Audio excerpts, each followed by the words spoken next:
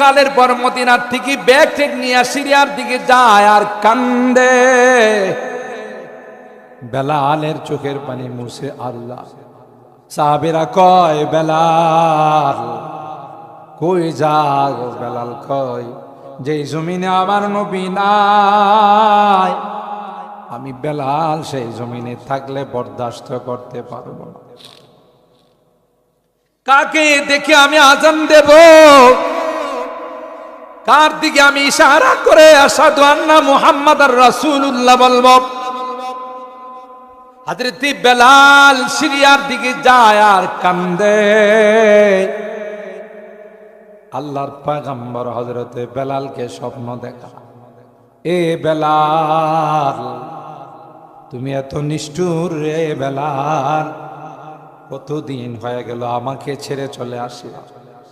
এ বেলাল একটা বার কি তোমার মনে চায় না আমি নবীর কাছে আইসা তুমি আজান দিবে? আল্লাহু আকবার বলেন। হযরত বেলাল সিরিয়ার দিকে যায় আর চোখের পানিগুলো ফেলতে ফেলতে কাঁদতে কাঁদতে, আল্লাহর নবীর এক সাহাবী যখন শুনছে আমার নবী নাই, দুইটা চোখ তিনি উপড়ে ফেলে দিল, দুইটা চোখ উঠাইয়া ফেলে দিয়া কয়, যেই দুই নয়ন দিয়া আমার নবীকে দেখছি আর দুনিয়ার কোনো কিছু দেখার ইচ্ছা নাই। সুবহানাল্লাহ। এ মুসলমান, হযরত ওমর তলোয়ার ঘোরা আর কয়, কেউ যদি বলো আমার নবী নাই রে, তলোয়ার দিয়ে থাকে আমি বিচ্ছিন্ন করে ফেলব।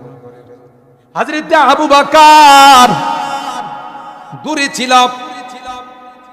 আবু বকর হযরত রাসূল করিম সাল্লাল্লাহু আলাইহি ওয়াসাল্লামের নিকট আয়েশা আল্লাহর পয়গম্বরের লাশ মুবারক থেকে চাদর সরাইয়া, চেহারা মুবারক থেকে চাদর সরাইয়া আবু বকর বারবার চুমু খায়, আল্লাহর পয়গম্বরের কপাল মুবারকে চুমু খায় আর বলে, তিবতা হাইয়ান ওয়া মাইতা,